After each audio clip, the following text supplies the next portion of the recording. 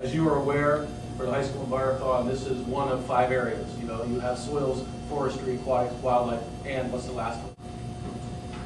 Current issue, okay?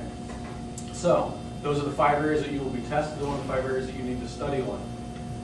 For the soils portion, there is 15 references listed that Mr. Wagner would have as information on. It would be impossible for all of you to digest all of that information, okay? You wouldn't have any life outside of, 9th through 12th grade things going on. So it's nobody, I'm not going to pull any punches about here. You do need to get the grasp of the basics all the way down. And then what I would encourage you to consider, and this is more of a coaching idea, and I hope it doesn't conflict with your coach, but I would encourage you to perhaps divide up the resource materials and have on your team, have one of your team members thoroughly digest a portion of those resource materials, so that when it comes to that question, this is not totally foreign to everybody. If you all have the basics, you can help each other do well. You can hold each other up. If one of you takes each area and digests it well, and this would go across the board with a lot of the study materials. If you have time to absorb a lot more material, and I would encourage that, it'll stick with you a long time. But if you press for time, divide it up and conquer it. Okay. I will just cover some basic concepts through the resource materials. One of them is Introduction to Soils of Pennsylvania. Why are we studying soils? What are they for? What do we use them for? Very simply, we grow food. They are foundations for our buildings. They serve as filters. They serve as water filters. They serve as pollution filters, and the bacterial life and the soil life is feed the crops that feed us and the animals as well. That's quick and dirty. What you need to know out of that book is there's a thing called textural triangle, okay? Soils have 3 different sizes, sand, silt, and clay. And you need to understand that concept of the size particles of the soil and how that relates to given soil types and how to use the soil textural triangle. So when I go out to the field here and I pull a sample of soil out and I show it to you, and I'm going to call it a silty clay loam, okay? When I call that soil a silty clay loam, you need to be able to point on the textual triangle and say, oh, okay, so this percentage of silt, this percentage of clay, and it's a loam because it's a mixture of all 3. Okay, pretty simple concept on the textual triangle. The video that you're going to see that was put together by my staff is a reflection of a soil sample. Those are called monoliths, and just a slice down through the Earth's surface.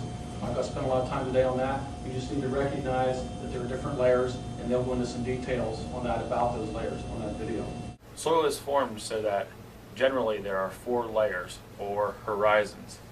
Generally you have an A, a B, a C, and an R horizon. An R horizon is normally your bedrock material. You'll notice that there is a lot more rock at the bottom of these monoliths than there is at the top. In saying that, you get a lot less rock as you move up, and that's one way of telling the difference in horizons. Another way is by telling the difference in color change. You can see there's a difference color change here compared to here compared to here. So rock structure and color change are 2 ways to show the difference in horizons. The top horizon is the A horizon. That is where you generally find your topsoil. The topsoil is what we are concerned about conserving. That's what we use to grow our crops, and it's important to mention that topsoil only accumulates the thickness of a dime per year. Another thing that you can tell with certain soils is you can tell about the environment that they come from. You can see here we have a very red soil compared with the brown, compared with stuff that we have from shale. So you can tell that these are from different environments. Sometimes you will see the presence of water, or you'll see orange or gray colors in these soils, and some of our monoliths do have that. And sometimes you'll see that there's a lot more organic matter on the top, and that could indicate that that soil is good for growing. Soil quality. The soil, as you can imagine, can be impacted by man's activities as well as nature's activities. You need to understand basic concepts of what can affect soil quality to make the soil be able to perform better or make it so that it's totally unproductive. Things happen both, as I said, from man and from nature that affect that soil quality. There are very specific details in your reference materials that talk about these different things that we look at. When the soil gets compacted very hard because of traffic, okay, whether it would be animal traffic or vehicle traffic or human traffic, okay, your athletic fields, they have a very specific mix of soil in there so that they can ward off compaction, because you guys are pounding them all the time, all right? You're pounding them in conditions when it's too wet and compacting them. So that soil has been chosen and mixed and utilized and put together in a way in that athletic field so that it can maintain grass. And it also has drainage characteristics in it. And I'll use athletic fields because it's a really good example. You guys have athletic events and you want to be able to get out there. It rained this morning, but you have something going on tonight. All right? Some soils, the water's just going to lay on top. All right? Not desirable to go out there and run around that stuff. So we do things to athletic fields to affect the drainage. So there's lots of characteristics about soil that we need to learn about so that we can affect and make them useful for us. And drainage is an important one. Some other things, and you're going to hear terms like somewhat poorly drained, droughty. You need to understand what those terms are. Somebody on the team needs to know what those terms mean. That's a bit about drainage. You need to understand slope concepts. Each soil is mapped in our country and named. Okay? The first two letters of that soil designation are its name. For example, EDC. EDOM, Edom soil up there. Okay? That particular soil, it's abbreviated, is just ED. The last letter is the slope of that field. Okay? So an EDA is an A slope, EDB is B slope, EDC is a C slope.